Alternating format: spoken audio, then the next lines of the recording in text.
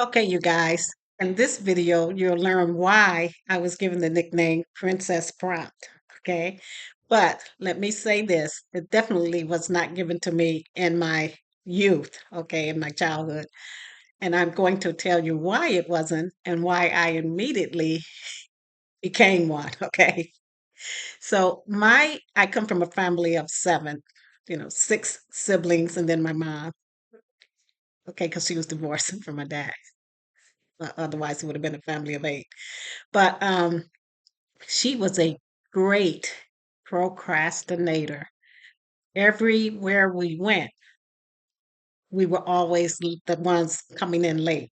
So sometimes we would actually miss the festivities because everything would be winding down and other people would be on their way home and we're just getting there. And as a child, you don't have control over that. When your mother is the one driving and taking you everywhere, and she's always late, then you're always late. And I hated that. I don't mean like I disliked it a little bit. I mean, I hated it with a passion, okay? Because it's a reflection of me, right? Well, some people say, no, what your parents do is no reflection of you. If my parents get me late everywhere, people are thinking I'm the one late, okay? So just to give you an idea of how much of a procrastinator she actually made my wedding dress. So she was a seamstress on the side, a very good one, and she had asked to make my wedding dress and my maid of honors dress as well. And my wedding dress was beautiful. I have to tell you guys that long trained with it, lace sleeves. It was nice. It was beautiful. If I Yeah, I may show you a picture at some point. But my maid of honors dress, she didn't finish. So she wound up having to the late my friend had to put it on, and then my mother was pinning it up in certain areas. So just to give you an idea of last minute stuff. But when I was a much younger child, we, Christmas would come around and everyone would be talking about what they wanted to get. And my dad he was already divorced from my mother at this time, but he would come over, you know, to see us. And every time he came, because this was like September, October, November, December, he would always ask us what we wanted for Christmas. And, I'm practical and I have some type of insight about this whole dynamic. And so whenever he would ask us, we would like get in a little row, and this one would say what they wanted, and this one would say what they wanted, and everyone had four or five items that they would be asking for. And then he would get to he would get to me, Sherry, what do you want? And I only wanted one thing, you guys. It was a watch. Now, for those who remember the Timex commercials, do you remember when they had that commercial that said it takes a licking and keeps on ticking? And they would show you the Timex watch with like a gorilla was wearing it and he would do stuff or whatever. So that was all I would say. And so he would always say, "What? That's all you want? You don't want a baby doll?" That's what they used to call them back in the day. They didn't just say doll; it was a baby doll. You don't want this, and you don't want rings, you don't want, whatever. And I said, no, all I want is a watch. I don't want anything but a watch because I want to be on time for stuff. So this routine went on for a good 3 months. Like I said, September, October, November, then December is getting here, and everyone's like, yeah, that's going to get us everything that we asked for. And I'm like, okay. So Christmas rolls around, and, everyone's excited, and we're running to open up the few gifts that we had. Don't ask me why I'm laughing. It's really not a funny deal, okay? At least not to the other participants of this story. So you can imagine my siblings' surprise when they got not one thing that they had been telling my dad for 3.5 months that they wanted. No toy trains, no baseball gloves, no baby dolls, no necklaces, no easy bake oven. No, no, no, okay? And then it got to me. This knucklehead had bought me a Timex watch. And it was blue is my favorite color, so it was in a blue box. And that when you open it up, you know how the watches are on that they have little round band and they look all nice and chic. It had a black velvet wristband for it. It was beautiful, you guys.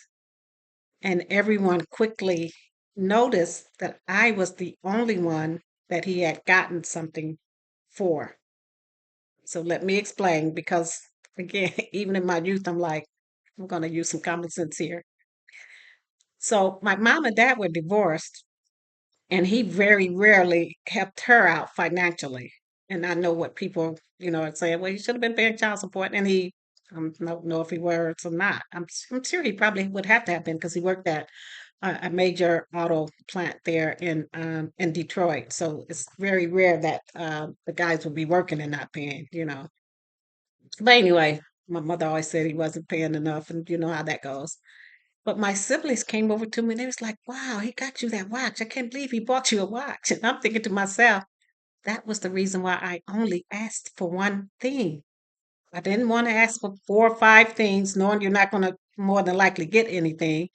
And I knew that, let's just be honest, he was not a man of his word. So even I was surprised that I got the watch. Okay. But as a result of that, my mother wasn't too happy because she's like, he didn't get anyone else anything. I mean, he got them nothing. And but that was the norm of like, if he did something new, then we can all say, what happened? But really? And I cherished that watch, you guys. I started like making sure the things that I could control too, like going to school, I would go earlier. And like birthday parties that were in the same neighborhood and everything. I would make sure I was on time, that kind of thing. And I loved it. I loved not being late for places and being expected to be there, if not early, then at least on time. And that was a trait that I said I would carry, definitely carry into my adulthood. And I would teach my own kids that there's nothing fashionable about being fashionably late. You're just late, okay? And actually, when we're late to events, we show a subtle disrespect for the event that's actually occurring, as if we didn't have we have more important things to do with our time than to show up on time for a wedding or show up on time for a funeral or a graduation or some type of a celebratory event. So, but that's just me. That's not to say for those of you who, for whatever reason, are not able to get to places on time, or if you are a procrastinator. And for some people, they're okay with being procrastinators. It works for them. So kudos to you. Yes. I'm like, I have to be organized. I have to be on time. I have to be places early. So, and let me say this too. I have no sense of direction. Okay. So I always give myself time enough to get lost, even with the GPS. Okay. The GPS is like, make a right turn in 400 feet. I'm like, turning right there. She's like, no, ma'am. I said 400 feet. Why are you turning now? Go back, make a U turn. And then I make the U-turn, and then you're on a different street altogether. You got to go down the block, back around, and come back to the place where you should have turned in 400 feet. But that's me. So that's another reason why I make sure I get to places a little bit earlier, so that way I'm not turned around and then frustrated with being lost or anything like that. But as I got older and like in high school and started working while I was in high school, people started saying, "You're a princess prompt. You're always on time. You don't have to be on time for everything." And I'm like, correction, you don't have to be on time for everything. I prefer being on time or being early. And you know that military saying, if you're on time, you're late. Wait, how does it go? If you're early, you're on time. If you're on time, you're late. And if you're late, just reschedule. Don't bother to come. And that's the way I kind of like to live my life so that I'm always, on time and where I should be. Now, on top of that, remember I asked for a watch. So I also keep like my clock and my car a little like 20 minutes ahead of time.